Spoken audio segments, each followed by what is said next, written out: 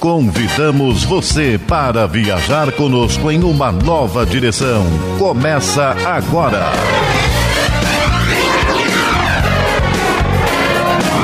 Novos rumos. Ligue e participe.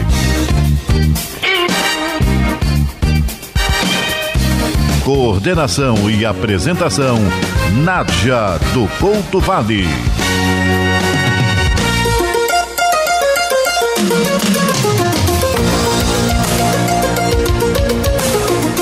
Olá, amigo ouvinte, está entrando no ar mais uma edição do seu programa Novos Rumos, de informação, cultura e prestação de serviços aqui pela Rádio Rio de Janeiro, a emissora da Fraternidade, operando na faixa de 1400 AM. Você, se quiser, pode nos acompanhar pela internet www.radioriodejaneiro.am.br. Mas você também pode conversar conosco através do telefone 3386-1400 para fazer perguntas, conversar com o nosso convidado de hoje. Como sempre, é um convidado especial, especialista no tema. Você já o conhece sobejamente, ele já esteve aqui conosco, é um amigo da Rádio Rio de Janeiro, nosso amigo do Novos Rumos, e está, portanto, hoje aqui. Inclusive, se você está conosco pela internet, você está vendo o Dr. Paulo César Frutuoso aqui conosco para, mais uma vez, conversar conosco sobre as relações que ele tem aprofundado. Algumas ele está desvelando para nós sobre as associações, os links entre o espiritismo e a ciência médica e a área da medicina. Você sabe, o Dr. Paulo César Frutuoso é um cirurgião oncológico de renomado valor e está lançando, já lançou um livro, o terceiro livro, porque nós já até falamos com ele aqui sobre as suas outras obras. Agora ele está lançando, já lançou, Reflexões Espiritualistas e Científicas de um Médico. Ele, aliás, já falou sobre essa sua terceira obra lá em Portugal, recentemente, em um congresso. Não é isso? Paulo César Frutuoso, muito obrigada por estar conosco mais uma vez aqui no Novos Rumos. Muito obrigada. Eu é que devo agradecer. Obrigado, Nádia. Boa tarde, ouvintes. Espero corresponder a tudo que a Nádia tem colocado sobre a nossa pessoa. Mas imagina, o Paulo, você no primeiro livro, você fala de religião e ciência, né? Você fala de medicina, você é um homem de ciência, e fala de religião. Você aborda logo no início da sua obra, que agora já está no terceiro livro, e você já está escrevendo o quarto, segundo me disse, mas nesse primeiro livro você começa logo a situar a ciência, particularmente a ciência médica, e no campo das religiões. Você fala das faces das religiões, uma face esotérica e uma face exotérica. A esse propósito, até, o nosso ouvinte, esperamos que ele esteja aí na nossa escuta, não é isso, Paulo? Que é também seu xará, o Paulo Roberto de Holanda Salles. Ele é professor lá da UERJ e ele fez comentários. Muito obrigada, viu, o Paulo Roberto? Esteja sempre conosco e escreva para nós, dando suas impressões sempre, nós agradecemos. E você também, amigo ouvinte, pode escrever para nós pelo e-mail aqui da rádio, ou então você pode passar um fax também para a rádio. Como ele fez com relação a um programa do Dr. Paulo César Frutuoso, que nós reprisamos há pouco tempo. E então o Paulo Roberto também fez comentários a esse respeito sobre a face das religiões, ou as faces das religiões. Afinal, existe um lado esotérico das religiões, existe um lado exotérico das religiões. O que é isso, Paulo? Bem, essa inspiração veio num livro que eu li chamado Os Grandes Iniciados. E ali é feita uma comparação entre um lado exotérico com X das religiões e o lado esotérico com S das mesmas religiões. Esse lado exotérico seria aquele que seria transmitido pelos representantes daquela religião aos crentes que seguiam aquela determinada linha religiosa. E o lado esotérico daquela mesma religião com S seria tudo aquilo que os representantes, que os líderes dessas religiões acham que nós não estaríamos ainda em condições de receber essas verdades. E isso ficou gravado na minha mente com muita força desde que eu li esse livro chamado Os Grandes Iniciados. E, particularmente, eu fiz uma comparação com a área em que eu milito, que é a medicina. A medicina não pode ser só a material que eu trato como cirurgião. Eu, quando abro um paciente durante as minhas cirurgias, eu não encontro alma, não encontro espírito. Mas não é possível que a vida que está sendo transmitida ao corpo que eu trato não deva também ser tratada na sua origem. E qual é a origem da vida? O espírito, a alma, o ser hiperfísico, extrafísico, qualquer denominação que você queira dar, porque são todos sinônimos. Eu só sei tratar o corpo físico. Aí a parte esotérica com X da medicina.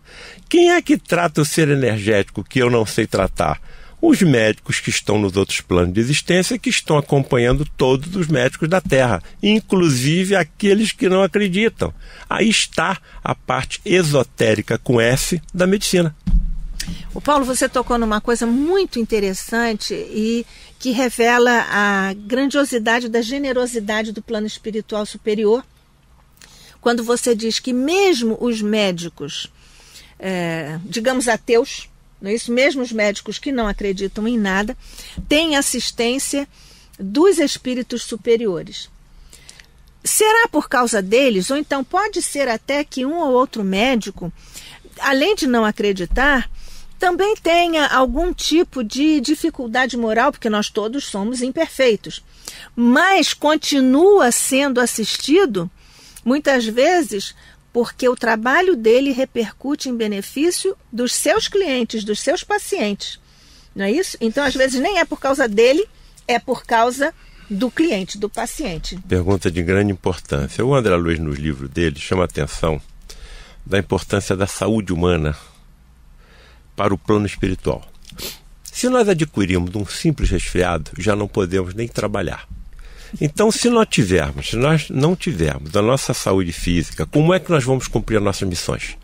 Então, o plano espiritual tem uma grande responsabilidade, uma grande atenção em relação à saúde física. Muito bem. Os médicos, tenham eles defeitos ou não, defeitos todos temos. Temos, exatamente. A missão deles não deixa de ser importante, independente da crença ou não crença. E eu me lembro... eu já toquei nesse assunto com você. Sim. Que eu, quando comecei a ver aquelas verdades todas que me foram sendo colocadas à frente dentro da filosofia e principalmente da ciência espiritualista, eu tinha um grande líder que chamava-se Luiz da Rocha Lima, Sim. que era o presidente do grupo Lar de Frei Luiz, agora pertence há quase 40 anos. E diante de tudo que eu estava vendo, que eu estava sendo me desvendado, inclusive através das reuniões de materializações de espíritos que eu discorro nos meus livros, eu, com aquele entusiasmo de um médico recém-formado, abordei o Dr. Luiz da Rocha Lima e indaguei: Dr. Rocha Lima, ele era químico industrial, o senhor não acha que eu deveria conversar o que eu estou aprendendo aqui e revelar para os meus colegas? E ele indagou: por que você tem essa tua intenção? Dr. Rocha Lima, trabalham dia e noite, estudam até exaustão, transmitem tudo que sabem aos mais jovens, ainda encontram tempo para cuidar da família e não acreditam em nada. E eu tenho a impressão de que quando eles se aproximam dos doentes já começam a melhorar. Evidentemente, por quê? Porque estão acompanhados por outros médicos. O senhor não acha que eu deveria tocar nos assuntos que eu tenho aprendido aqui dentro do Lar de Frei Luiz com eles?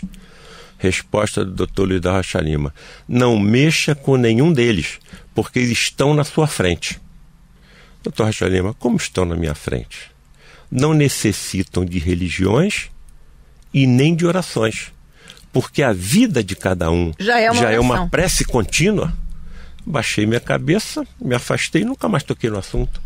Então todos eles estão assistidos, aceitem, acreditem ou não aceitem ou não acreditem. Isso é fantástico. Isso é fantástico. Isso é fantástico. Mas é porque são os atos. É mais importante a conduta do que a crença. Ações. Exatamente.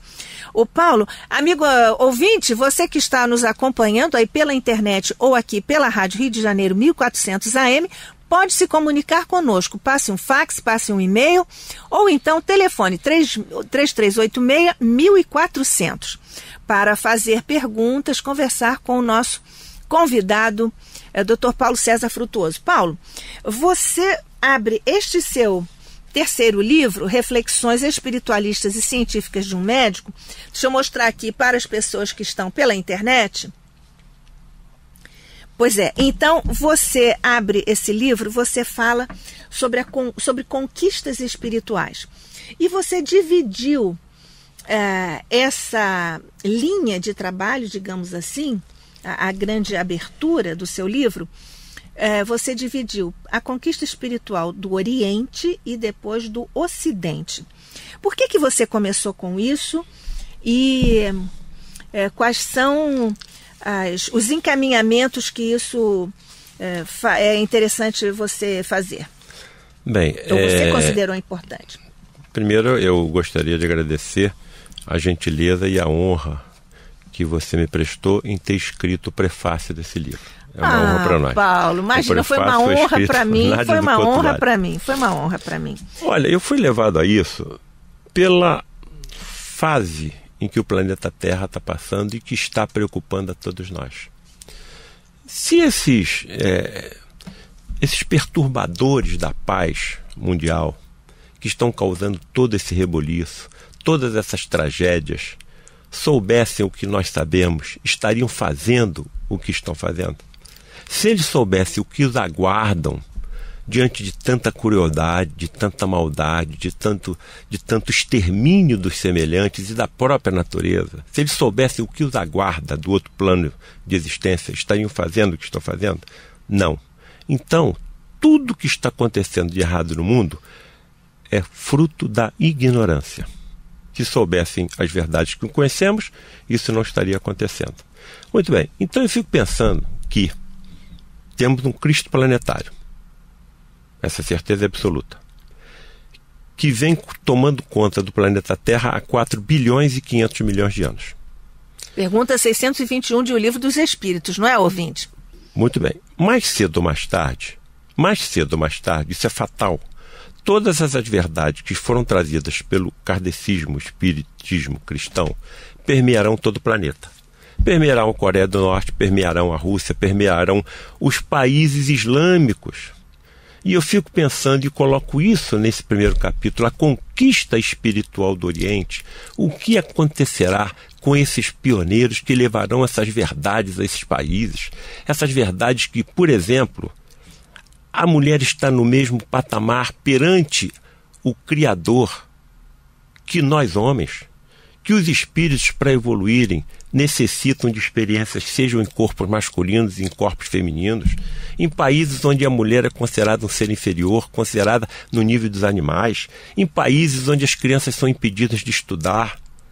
O que acontecerão com os pioneiros que levarão essas verdades a esses países? Serão trucidados, serão decapitados, serão queimados, serão torturados. Tudo de pior que nós possamos imaginar acontecerá com esses pioneiros. Mas quando nós retrocedemos na história da humanidade, nós já vimos isso acontecer antes. Com quem? Com os primeiros cristãos que, por pregarem o que pregaram, as verdades trazidas por Jesus à Terra, sofreram tudo isso que eu estou acabando de relatar. Foram crucificados, foram decapitados, foram torturados, foram queimados. E o cristianismo está aí. Se tornou a maior religião no planeta Terra. Então, mais cedo ou mais tarde, essas verdades permearão não somente os países do Oriente, mas também os países do Ocidente. A reencarnação fazia parte do catolicismo, foi tirada no encontro de Constantinopla, no concílio de Constantinopla, por quê? Por uma decisão política. Um capricho, né? Um capricho, porque Teodora tinha medo de reencarnar na figura de uma criada sua. Então influenciou firmemente o Papa na ocasião e simplesmente a reencarnação foi retirada do catolicismo. Como se isso tivesse resolvido alguma coisa que guarda categoria de lei no universo, porque é de Deus, né? Uma decisão política. Nós vimos o que aconteceu quando o Papa veio ao Brasil. Ele arrastou atrás de si milhões de pessoas. 3, 4 milhões só no Rio de Janeiro. Imaginem se essas verdades que a Igreja Católica sabe que existe, fizesse constar da face exotérica do catolicismo. Que fosse ensinado francamente àqueles que os seguem e não ensinado somente através da face esotérica com S da religião católica. Vocês vejam o progresso, o salto quântico que nós daríamos se a reencarnação, que é uma verdade, comprovada inclusive cientificamente, fosse aceita pelos povos. Amanhã, então, se eu sou palestino, eu não posso reencarnar amanhã como judeu? Se eu sou um judeu, eu não posso reencarnar como palestino? Até muito provavelmente, hein? Se eu sou um branco, eu não posso reencarnar como um negro? Se eu sou um negro, eu não posso reencarnar como um branco ou um amarelo? Então, todas as guerras perdem imediatamente a razão de existir. Os motivos todos se anulam. Não há como você dar insistência a tudo que leva ao sofrimento da humanidade diante da lei da reencarnação.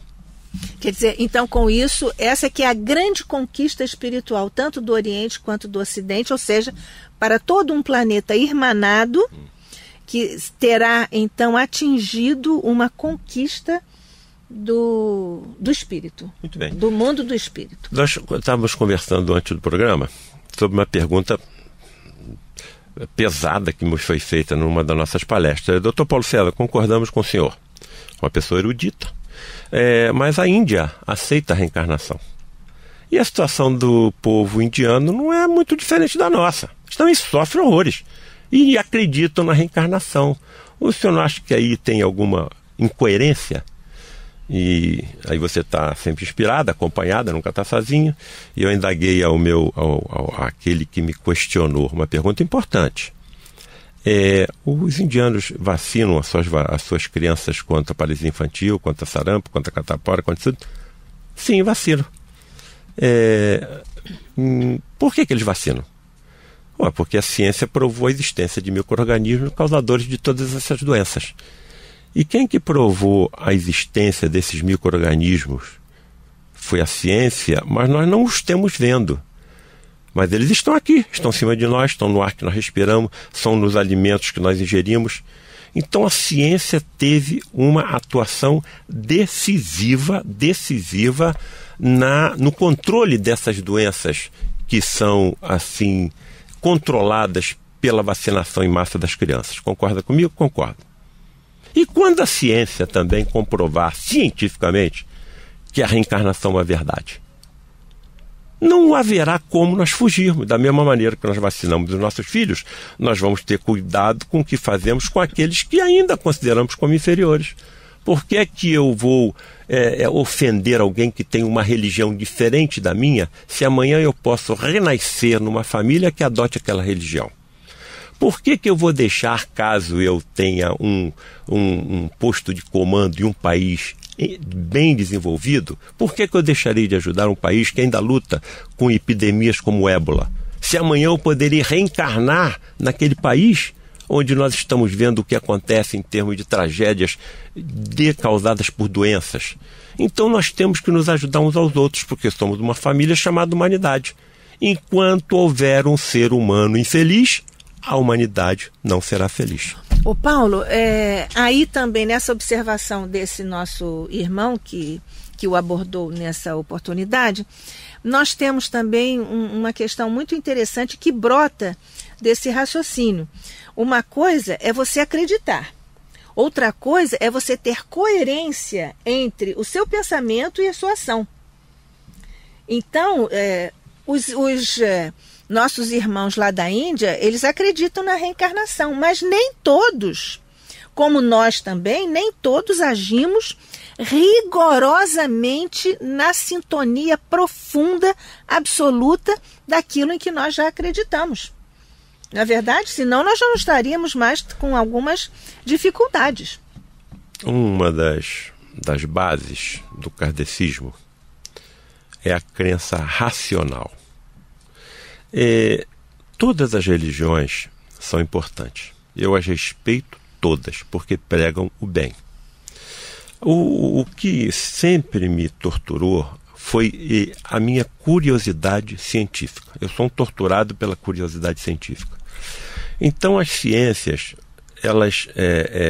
ou as religiões, elas me levam até o momento da morte. Mas a minha curiosidade científica está exigindo que eu saiba mais. Morri. E agora? E vai acontecer o que comigo?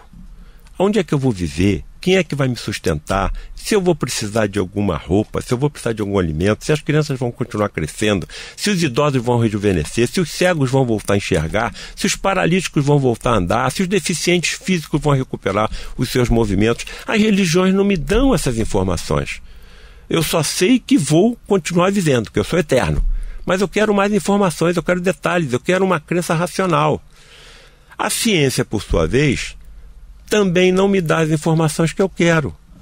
A ciência confessa que só conhece o que acontece em 4% do universo. 96% não conhece e chama o que ela não conhece de energia escura e massa escura. Muito bem. E ainda nos dizem da existência de múltiplos universos que se interpenetram com o nosso, que não conhecem quais são as leis físicas, químicas e biológicas desses outros universos. Bom, qual é o lenitivo que eu tenho? Qual é o consolo que eu tenho torturado por uma curiosidade científica e diante de tantas indagações? O meu consolo é eu ter a absoluta certeza que eu sou eterno. Então eu tenho a eternidade para aprender tudo isso que eu tenho ânsia em saber. Mas o que o Espiritismo me ensinou? Olha, você vai aprender tudo. Tudo que você estudou, você não esqueceu. Está guardado no subconsciente do teu espírito. A pressa que você tem que ter é de se melhorar. É de melhorar a tua conduta. De ter uma reforma íntima que torne o teu espírito melhor do que você é. Em relação ao teu aprendizado, não se preocupe, que você vai aprender tudo que você quiser. Então, o que nós estamos precisando é de uma fé raciocinada, de uma fé racional. E nós estamos tendo essas indagações dos nossos filhos, que clicam um botão da internet no seu quarto e tem toda a história da humanidade, toda a filosofia, toda a ciência, toda a arte. Estão nos indagando. Papai, quem somos? De onde viemos? Para onde estamos indo? E nós estamos vendo aí as demonstrações. Cliquem na internet, os senhores verão quantas crianças já nascem com o virtuosismo da música? Pianistas com 6, 7, 8, 9 anos. Executando verdadeiras sinfonias que os músicos levam 40 anos estudando. Onde aprenderam tudo isso? E mesmo meninos, né, de tenra idade. Existe um menino, acho que é Kajai Puri. Com 3 anos, ele é lá da Índia, com 3 anos ele estava lá junto ao Bill Gates. Com 3 anos ele sabia coisas. Muito bem, sabia e aprendeu onde? Exatamente. Com 3 anos de idade. Exatamente. Então nós somos, o que salta aos meus olhos, uma frase que eu sempre uso para meus alunos de medicina, devem ter algum me escutando, salta aos meus olhos, agride a minha fronte, aperta o meu nariz, puxa a minha orelha. Eu não posso deixar de perceber que isso não pode ter sido aprendido numa existência de 3, 4, 5 anos. Então onde que se aprendeu? Em vidas passadas. Uma das coisas que eu sempre coloco nas minhas palestras em relação ao médico Jesus, é que eu, não acreditando em milagres, não posso acreditar que alguém tenha cuspido na terra, confeccionado um cataplasma, aplicado no olho de um cego de nascença, ele tenha voltado a enxergar. Nádia, a evolução biológica do olho humano acontece há 550 milhões de anos. Muito bem. Na nossa cavidade bucal existem, no mínimo, 10 tipos diferentes de micro-organismos. Então, como é possível, sabendo dessas verdades, que eu aceite que alguém cuspa na terra, faça um cataplasma, aplique sobre a vista de um cego nascente e ele volta a enxergar. Como que um médico, né? Só com isso, né? Como o médico pode acreditar numa situação dessa? A não ser que hajam leis físicas, químicas e biológicas que nós ainda não tenhamos alcançado. O que eu estou vendo dentro dos 40 anos que eu participo dos trabalhos mediúnicos do lado de Frei Luiz, principalmente os trabalhos de materialização, é que existem explicações científicas que trazem elucidações sobre esses fatos que realmente aconteceram. Eu sei que aconteceram. O que eu busco é como médico eu quero saber. É a razão. Amigo ouvinte, nós estamos indo para o nosso breve intervalo, você já o conhece, ele é breve mesmo. E você, por favor, continue conosco para continuar conversando, você continue ligando 3386-1400 para conversar com o nosso convidado de hoje, Dr. Paulo César Frutuoso, falando aqui sobre as suas reflexões espiritualistas e científicas dele como médico. Até já! Continue participando. Está no ar. Novos rumos.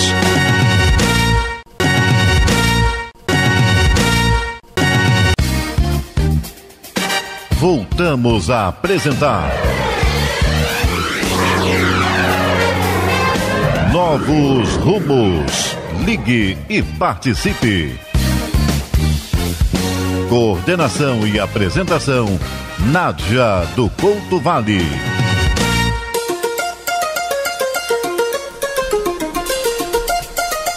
Alô, amigo ouvinte, estamos de volta do nosso breve intervalo. O programa é Novos Rumos, você sabe, aqui pela Rádio Rio de Janeiro 1400 AM. E hoje recebendo mais uma vez o Dr. Paulo César Frutuoso, cirurgião oncológico, que está conversando conosco sobre as reflexões que ele nos traz agora no seu terceiro livro, e intitulado assim mesmo, Reflexões Espiritualistas e Científicas de um Médico. E nós já recebemos aqui a participação dos nossos ouvintes. Vocês podem continuar telefonando 3386-1400 e você pode conversar com o Dr. Paulo César Frutuoso. Como fizeram, por exemplo, a Luciane e o Helder, aí de Brás de Pina. Um abraço para vocês. Eles dizem: Paulo, estamos na escuta e gostando muito do programa e do tema. Abraços a todos. Nós agradecemos e retribuímos, não é isso, Paulo? Claro. E o Gerson da Barra da Tijuca. Abraço para você também, Gerson. Doutor Paulo, o senhor sofre discriminação por parte da classe médica pelas suas convicções religiosas? O tema psiquiatria e espiritualidade cresce a passos largos a cada ano que se realiza o Congresso Brasileiro de Psiquiatria. Abraços a todos, agradecemos e retribuímos. Paulo, você sofre discriminação? Não, nunca senti e tenho explicações para isso. Eu tenho uma formação médica profissional e procurei me cercar de toda a titulagem necessária para o exercício da minha profissão de cirurgião. Então eu sou titulado do Colégio Brasileiro de Cirurgiões, eu sou mestre em cirurgia gastroenterológica, eu tenho 4 especialidades cirúrgicas: cirurgia geral, oncológica, videolaparoscópica, mastologia. Eu tenho curso de aperfeiçoamento no exterior, como na França, dou aula em 2 universidades, dou aula na UERJ, dou aula na Escola de Medicina César Marques. Então, se alguém chega com todo esse perfil científico e fala sobre espiritualidade associada à ciência, os próprios médicos dão alguma atenção. Claro. Principalmente se são presenteados pelos seus pacientes com um livro chamado A Face Oculta da Medicina.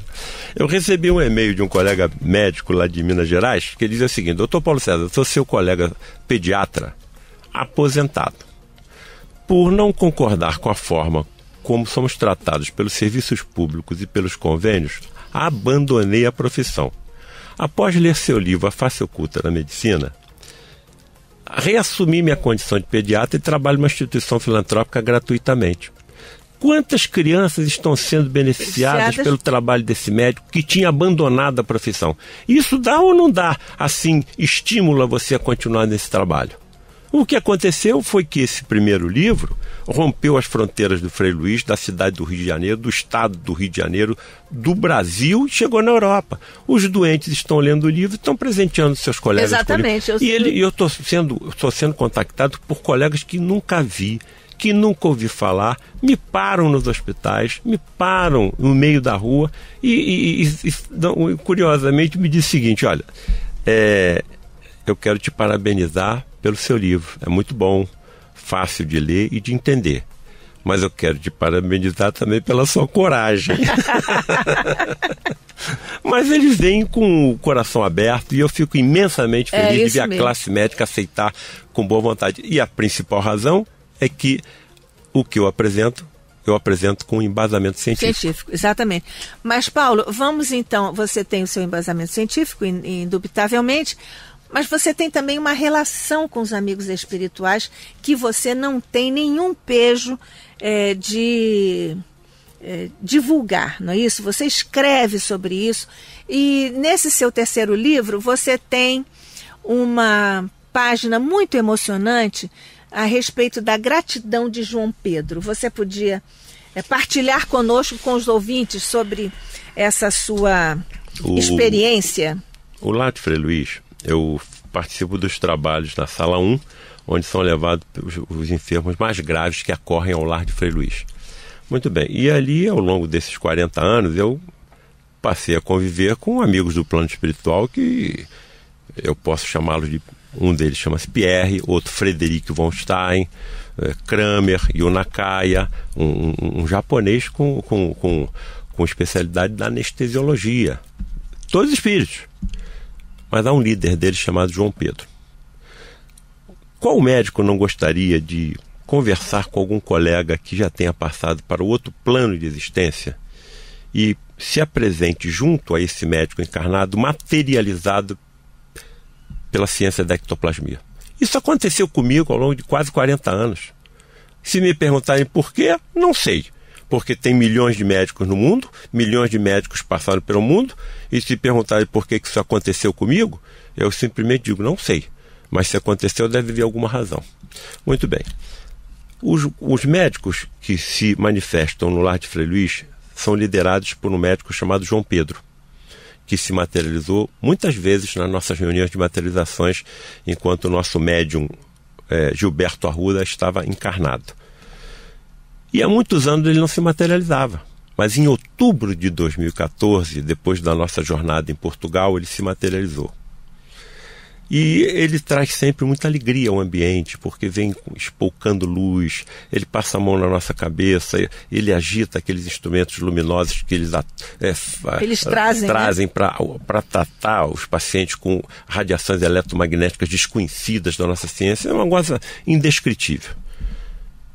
Nesse dia ele se materializou, saiu da cabine materializado, cruzou por entre os leitos onde estavam os enfermos, sem parar em nenhum, e veio até a mim. Eu, como muito tempo não o via, até inadvertidamente me levantei do assento em que eu me encontrava, emocionado, e falei, doutor João Pedro, que felicidade vê-lo aqui. E ele me disse a seguinte frase: Paulo César, muito obrigado pelo que você tem feito em prol da verdade. Deixo um abraço para o seu pai. Deu meia volta, entrou dentro da cabine mediúnica e se desmaterializou. Só se materializou para trazer essa mensagem. Não é a mim que o João Pedro tem que agradecer. O João Pedro tem que agradecer a Frei Luís, tem que agradecer a Luiz da Rocha Lima, tem que agradecer a essas pessoas como você, Nádia, que dedicam a vida a levar essas verdades para o nosso povo, fazendo transmitir essas verdades não somente no Brasil, mas na França, na Suíça, que eu sei que o seu trabalho é maravilhoso. Então, isso tudo me dá força, me dá coragem, e eu não tenho a mínima preocupação sobre aquilo que pensarão de mim, porque essas verdades estão absolutamente magnetizadas no meu íntimo. Eu não tenho mais como retornar. Eu só posso seguir em frente. Eu estou, assim, esmagado com as minhas convicções. E essas convicções que eu adquiri pela filosofia, mas principalmente pelas minhas convicções científicas, elas são inabaláveis. Não dá para retornar mais desse caminho. Perfeito. Marisa do Lins, abraço para você, Marisa. Dr. Paulo, diz a nossa Marisa, gostaria que o senhor explicasse sobre 2 tipos de operações espirituais.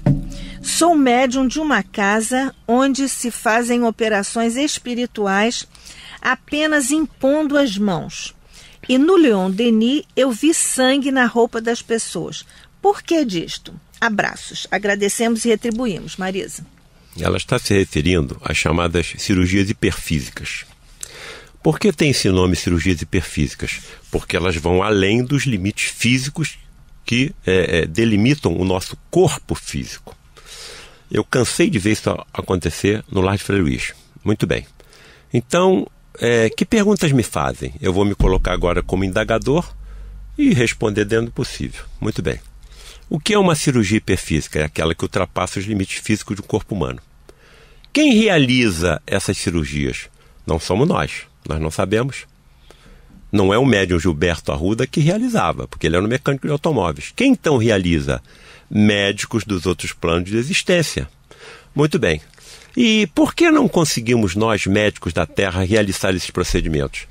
Porque a nossa inteligência não alcança as particularidades desses procedimentos. Muito bem, então, quando se impõe só as mãos e não vemos acontecer nada, o que aconteceu? Segundo as informações dos meus amigos do outro plano, dos meus colegas, eles sabem como desintegrar molecularmente placas de ateroma, tumores, corpos estranhos, parasitas, sabem como fazer isso, desde que seja permitido de acordo com a lei kármica que todos nós temos que respeitar. Muito bem. Essas perguntas todas eu fiz aos meus colegas materializados, incorporados ou superincorporados. Se eles sabem como simplesmente desintegrar placas de ateroma, tumores, substituir trechos defeituosos do nosso corpo humano, por que eles deixam que ocorra um sangramento e, no meu caso especial, até que sejam removidas peças cirúrgicas com autorização de serem examinados por patologistas da Terra? Por que então eles deixam aparecer o sangue na roupa dos doentes? Resposta pura e simples dos médicos espirituais: para que aumente a fé do paciente e também a vossa. Para que aumente a fé do doente e também do médico como eu, que estou ao lado vendo aquilo acontecer.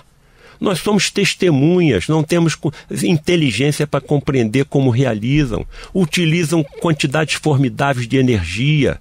Essas energias estão dentro de cada um de nós e, felizmente, nós não sabemos como manipulá-las com a força do nosso pensamento. Porque no grau de evolução em que nós nos encontramos, se nós soubéssemos como manipular a quantidade de energia existente dentro de um corpo humano, fale sobre isso, Paulo, fale sobre isso. Que equivale a energia existente num corpo humano igual ao meu, 85 quilos, entre 85 e 90 quilos, seria suficiente para a construção de, vou falar bem pausadamente, mais de 144 mil bombas atômicas semelhantes a que foram lançadas na cidade de Hiroshima. 60 gramas do meu corpo, tem energia suficiente para produzir mais de 100 bombas atômicas iguais às que foram lançadas na cidade de Hiroshima. Então era assim, provavelmente, que Jesus conseguia acalmar o vento, conseguia acalmar o mar, e ainda nos dizem que aqueles que nos deixou a informação de que aqueles que acreditassem nas suas palavras fariam obras que ele fez e outras maiores ainda. Que nós todos somos deuses. Não são palavras minhas. São palavras dele, o governador planetário da Terra. Diante do que eu vi e me senti na obrigação de colocar nesses livros, eu não posso deixar de acreditar que isso tudo seja verdade.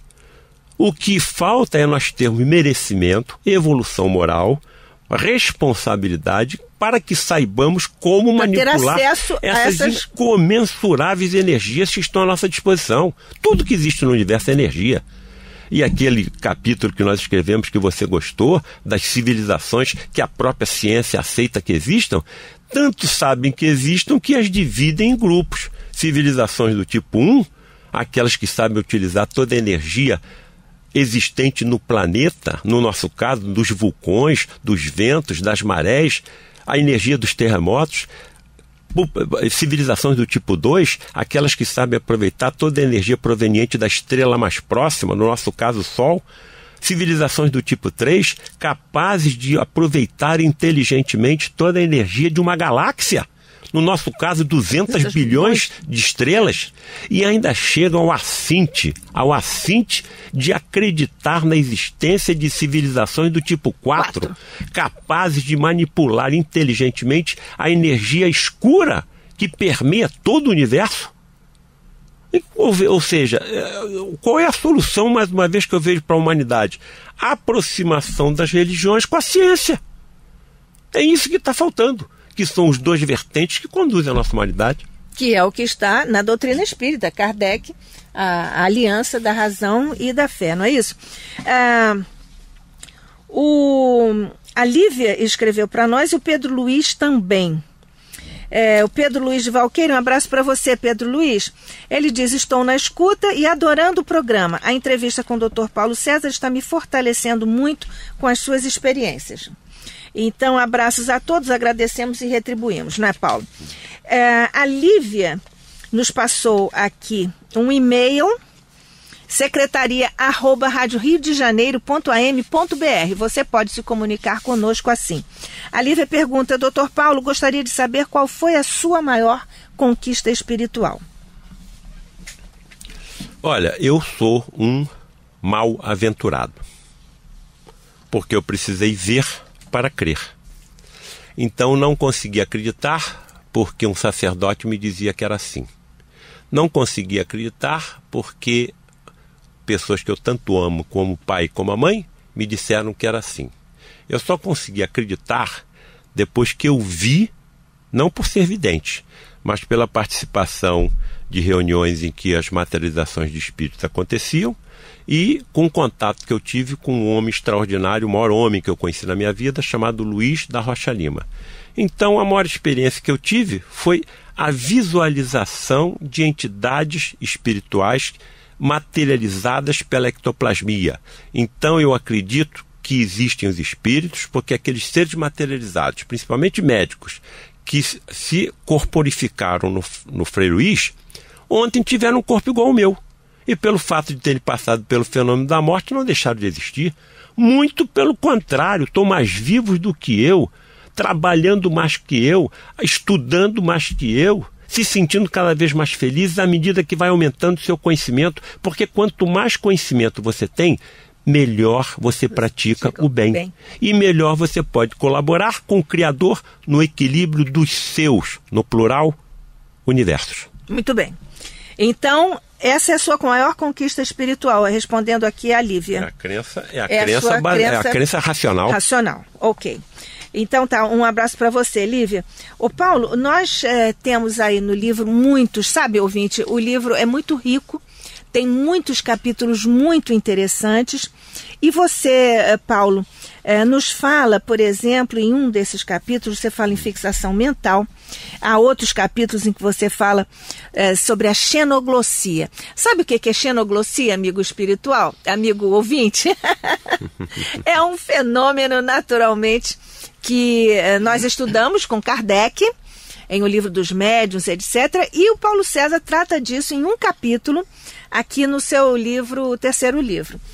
Como é que é essa história aí do seu capítulo? Olha, sobre a xenoglossia? O nome do capítulo é Uma Lição pela Xenoglossia. Isso. Xenoglossia, ou seja, o espírito, seja ele incorporado, super incorporado no seu médium, ou também chamado encarnação no médium, ou materializado, fala fluentemente línguas desconhecidas pelo médium. E inclusive línguas mortas, como aramaico, latim. Exatamente. Muito bem. E numa das nossas reuniões, eu tinha levado uma paciente minha com câncer de mama com metástases ósseas múltiplas. É um caso que a medicina não tem mais como atuar. Vamos tratar, mas não há como curar. Muito bem. E essa paciente foi levada por mim a uma reunião de materializações e estava deitada no leito ao lado da minha cadeira. Quem veio para tratá-la nesse dia foi o Dr. João Pedro materializado. E ao lado do leito onde eu me encontrava, João Pedro conversou começou a conversar com uma outra entidade não materializada, mas que mais se manifestava pelo fenômeno da voz direta. Como aconteceu com Jesus e a pomba branca. Sim. Muito bem. Só que eles estavam conversando entre si no inglês fluente. Como aquilo era possível se o médium mal falava português?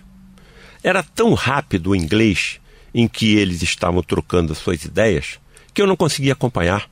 Eu estava vendo ao mesmo tempo a materialização, a bioluminescência, estava vendo a voz direta e estava vendo a xenoglosia. Tudo ao mesmo tempo. Mas uma palavra eles repetiam insistentemente e eu não entendia por quê. Wonderful, wonderful, wonderful. O que poderia haver de tão maravilhoso com uma paciente com câncer de mama, com metástase em todo o esqueleto? Em fase final de vida, de encarnação, o que poderia haver de tão maravilhoso? Mas eu nunca me dirigi à entidade materializada, sempre aguardei que ela se dirigisse a mim.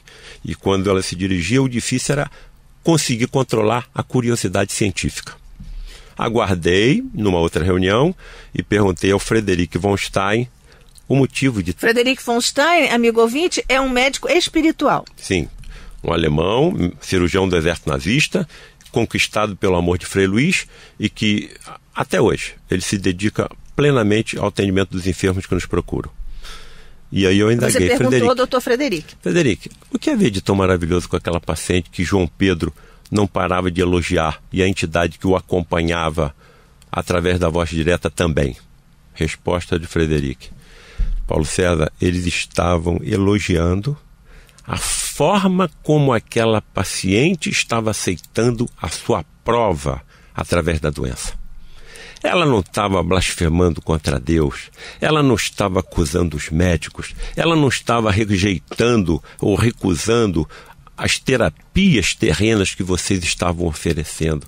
Ela estava resignada, tranquila, orando, pedindo forças ao alto, e aquele comportamento estava trazendo um grande benefício ao seu espírito. Era isso que eles tanto elogiavam naquela paciente. Isso. Vejam a lição, hein? Exatamente. E o nome do capítulo, uma lição Então, pela xenoglosia. Isso.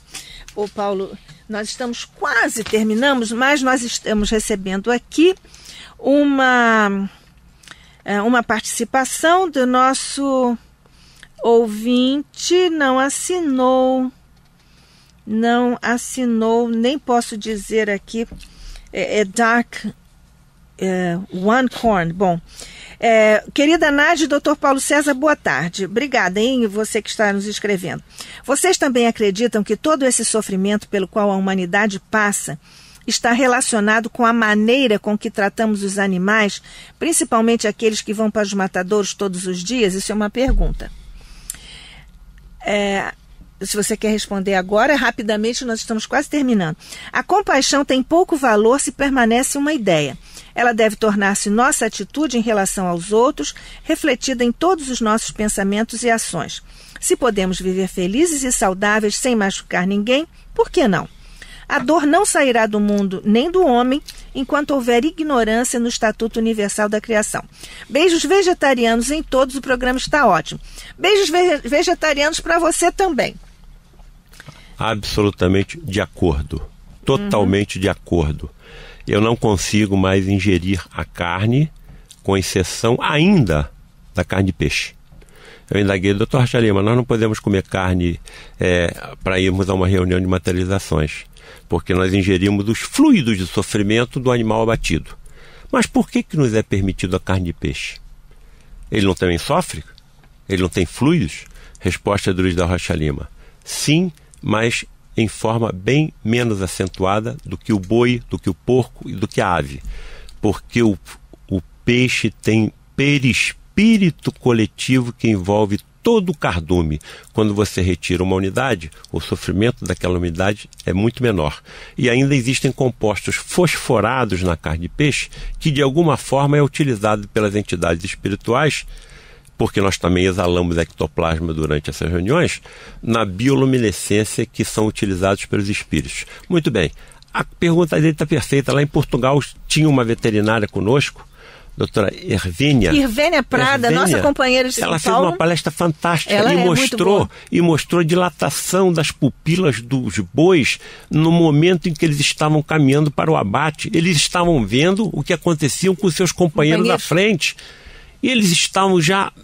Meu Deus do céu, como explicar isso? São nossos irmãos menores. Por que Jesus reencarnou ao lado de um jumento, ao lado de um boi, exatamente, num estábulo? E toda a simbologia que cerca essa cena grandiosa do Evangelho. Lamentavelmente, nós estamos encerrando. Eu só quero aqui deixar um depoimento a esse propósito. Eu fui, certa vez... lá a Santa Maria, o Rio Grande do Sul, fazer algumas palestras e tudo. E lá eles me contaram que quando eles sacrificam um boi num local específico, não é porque eles levam para facilitar depois a limpeza e tudo, quando os outros que estavam no pasto voltam no final do dia, eles todos se colocam ali e choram. E já está tudo lavado, eles não viram. Mas, de alguma forma, eles captam isso pela alma grupo. Dia virá em que o estábulo será tão sagrado quanto o lar. O lar. Quem exatamente disse essa frase? André Luiz. Eu estarei em Santa Maria em março. Isso. Então você vai levar nosso grande abraço para o Coronel Teltes, nosso amigo. Amigo ouvinte, por falar em amigos, pois é, acabou, é bom, mas acabou, mas ele volta, né, Paulo? Sim. Ele volta alguma vez proximamente para conversar conosco sobre essas questões fascinantes do espiritismo ligado à ciência e as experiências que o nosso irmão tem acumulado ao longo de 40 anos lá no serviço de mediunidade e materialização no nosso querido lar de Frei Luiz. Paulo César Frutuoso, cirurgião oncológico, muito obrigada mais uma vez por estar aqui conosco no Novos Rumos, tratando desses temas tão fascinantes para todos nós, enriquecendo a todos nós. Eu agradeço a gentileza do convite e agradeço a todos os ouvintes que nos prestigiaram com a sua assistência e com as suas preces. Muito obrigado. Isso. Obrigada, Paulo. A você, amigo ouvinte, também muito obrigada por ter estado conosco, ter nos ajudado a construir mais esta edição do seu programa Novos Rumos de informação, cultura e prestação de serviços. Tenha uma linda quinzena, um grande abraço para você, fique com Deus, até o nosso próximo encontro, se Deus quiser. Reprise, domingo, 22 horas, até lá.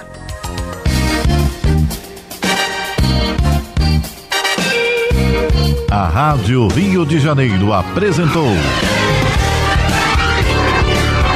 Novos Rumos.